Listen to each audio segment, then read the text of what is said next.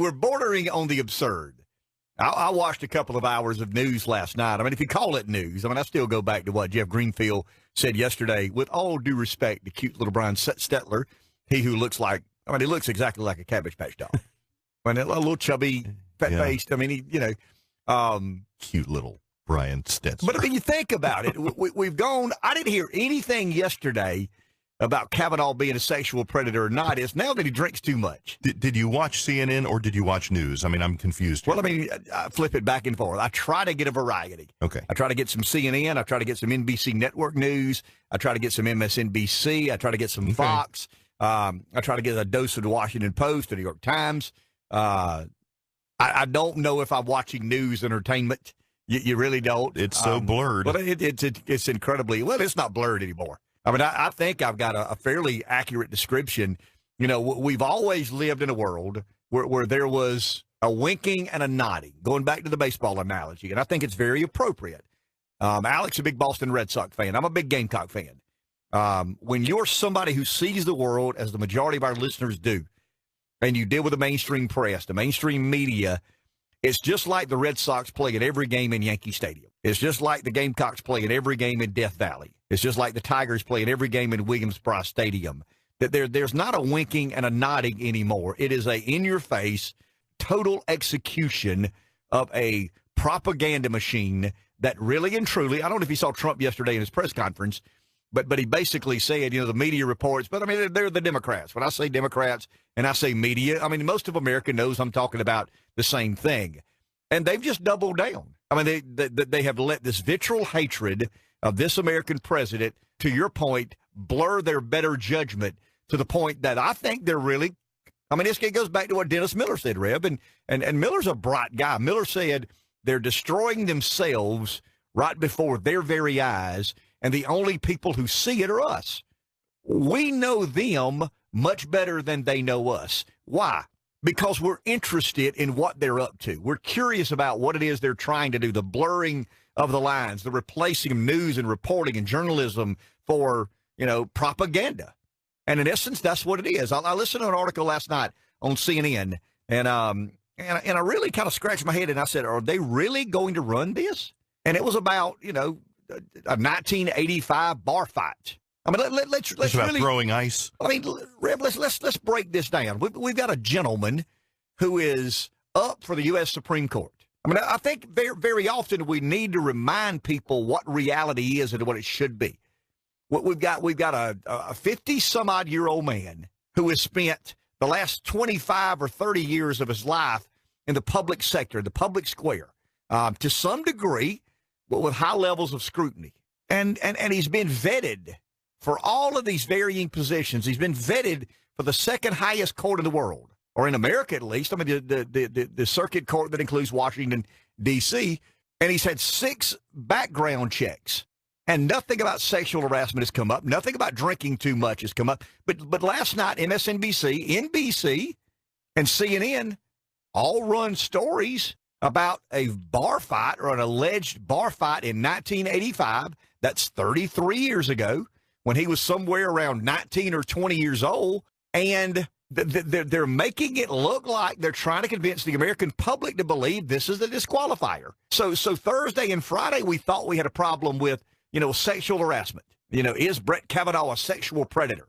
Well, I think over the weekend, the reason, and I think you got to listen to this real close, the reason that the conversation Thursday and Friday were about sexual harassment and a sexual predator or violator is because they needed the FBI investigation to buy another week.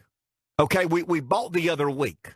They knew then where we were going to end up. Reasonable, practical people know that when you have all of these allegations and nobody can corroborate anything, it's probably a hit job. I mean, you got this lady. No, you got this lady. Then you got Avenatti, and he gets involved in it, finds another lady. And I want to read something real quick. Bear with me. Let me find this, because I think this is a very appropriate time to read this. And the problem the Americans have, or the problem the Republicans have, Americans and Republicans, is we're dealing with our 3 female senators. You got Murkowski, Collins, and Flake. And I think the 3 female senators, I mean, I'm serious. I mean, you're having to deal with these 3 females in a very different way than men deal with issues like this. But speaking of females, Julie Swetnick, this is bizarre to me. In her first broadcast television interview since accusing, I'm reading this off the Hollywood Reporter, no friend of Donald Trump, rest assured. Julie Swetnick, in her first broadcast television interview since accusing Supreme Court nominee Brett Kavanaugh of sexual misconduct, told NBC News national correspondent Kate Snow she couldn't be sure that Kavanaugh was one of the boys who assaulted her during a party in the 1980s. So we've gone from 82 to the 1980s now because let's get a big blanket. Let's just throw a big old blanket over all this crap and figure out where we end up. Swetnick, in a sworn affidavit released last week by her attorney, Michael Avenatti, said she was the victim of a gang rape at a party at which she also saw Kavanaugh behaving inappropriately toward women. Now, this is interesting because words matter. I cannot specifically say that he was one of the ones who assaulted me, Swetnick told Snow. But before this happened to me at the party, I saw Brett Kavanaugh there. I saw Mark Judge, and they were hanging out about where I started to feel disoriented. I mean, listen to that, and where the room was and where the other boys were hanging out and laughing. So you've got a lady here that you're asking us to believe, and as part of her testimony on NBC News, that's about the point I started feeling disoriented. It leads me to believe that all of this, and I hate to say this, but it leads me to believe these women are being taken advantage of by people like Michael Avenatti, the Katz law firm, who could care less than a rat's rear end about where Dr. Ford ends up, where Julie Swetnick ends up. It's all a political machine, and they're pawns in this political machine. How would you as an attorney allow your client to say as part of her testimony, that's where I began to feel disoriented? Remember the question Durbin asked yesterday? Mm-hmm. It's all, these people play chess, especially when they're trying to destroy the reputation and character of a conservative. It's not, they don't just wake up in the morning and grab a handful of crap and throw it on the wall and hope something sticks. They don't do that. It's highly intentional. It's incredibly organized, and they could care less what the human carnage is. They have no interest in that. The only thing they're sure of is they don't want Brett Kavanaugh to sit on the U.S. Supreme Court, and if Julie Swetnick has to come out the other end looking like a complete and total moron, and Dr. Ford, a lady who's, I guess, to some degree, an accomplished person, has a Ph.D., is a college professor, gives lectures at some university in Palo. If she's got to come out looking like a clown on the other side, that's her problem. She was a method to the means, a means to the method. There was a way to get from here to there, and these people were just bits and pieces in this game. And it's called the absolute character assassination of anybody who does not see the world as they do. I want to continue.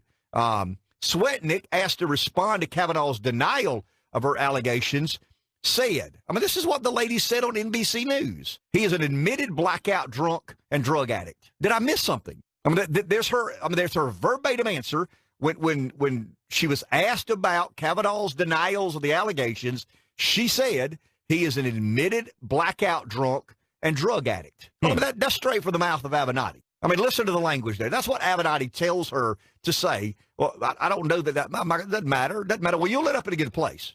You'll end up in a good place. You'll be famous, and you may be destitute, but you'll be famous. And they'll do a what was and what is story about you one day. In her sworn statement, Swetnick claimed that Kavanaugh consistently engaged in excessive drinking and inappropriate contact of a sexual nature with women in the early 1980s. Now, before airing the interview, this is the most troubling paragraph of the entire article.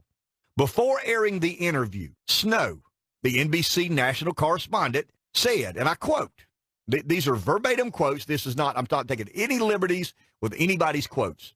Snow said, NBC News, for the record, has not been able to independently verify her claims. There are things she told us on camera that differ from the written statements last week. But we're going to run it anyway. But they aired it anyway. But we're going to run it anyway. After the interview, Snow told MSNBC anchor Ari Meiber, we're not discounting what she said in any way, shape, or form. We're just doing our reporting. There are a lot of people working on that. You're not doing any reporting. There is no reporting going on in this story because, for the record, NBC News has not been able to independently verify any of her claims. There are things she told us on camera that different from the written statements of last week. But we're going to run it anyway. We don't give a damn if it's accurate. We don't give a damn if it's right.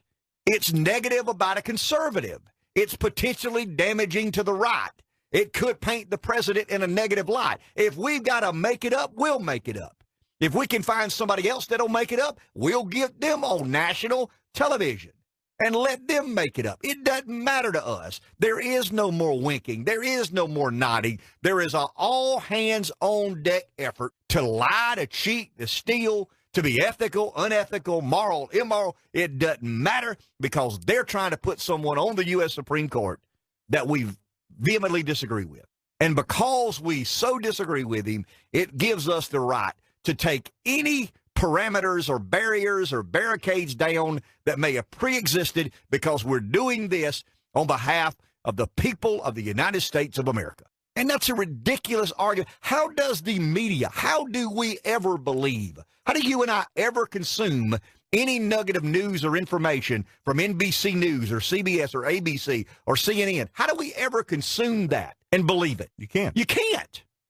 They've left us no other option. They've given us no other alternative. We can't believe anything you say now because you just told us out of your very own mouth that you're going to let somebody on there to impugn the integrity of a very noted jurist, and you can't verify anything she says. You are now no different than me.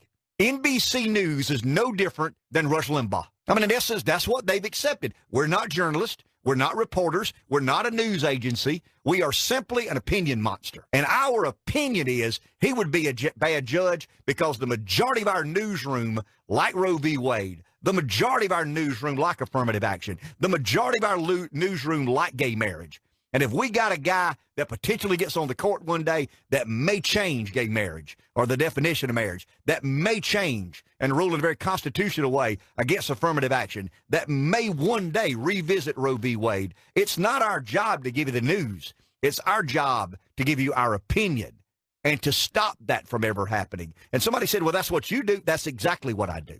That is precisely what I do. I make no bones about it. I see the world a certain way. The words that leave my mouth account for the way I see the world. I try to encourage other people to better inform themselves and make their own determinations. But the news is supposed to be different.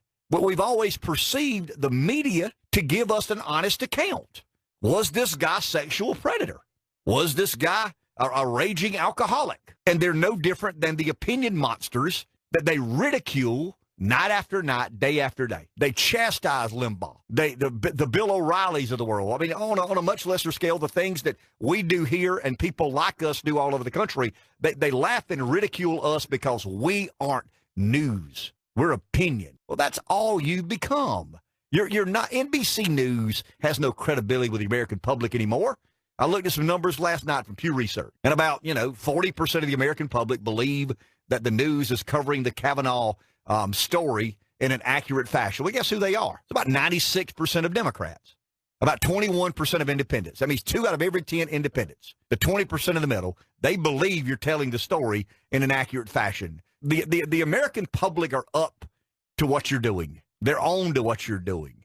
They understand clearly now exactly who you are. And it goes back to what I said 2 years ago. The day Trump uttered fake news and the media refused to say, hey, that's a different guy operating in a very different realm as a politician. We're not going there. We're going to report on his campaign, his policies, his opponents as accurately as we possibly can. But no, they didn't do that. The second he called them fake news, they said, fake news? What do you mean? We're not fake news. Yes, you are. You absolutely are. And here's the travesty. You're so unaware of it. You have such a lack of self-awareness. We know exactly who you are. We know exactly what you're up to. And you continue to do it, and you allow a lady to come on one of your major, NBC News at some point in time in history was one of the most respected names in news and journalism. Mm-hmm. And now they're telling you, we can't corroborate this lady's story. We honestly can't independently verify any of her claims. But we're going to let her on the news because we believe that she could potentially harm the efforts of the Republicans trying to get Brett Kavanaugh confirmed to the U.S. Supreme Court.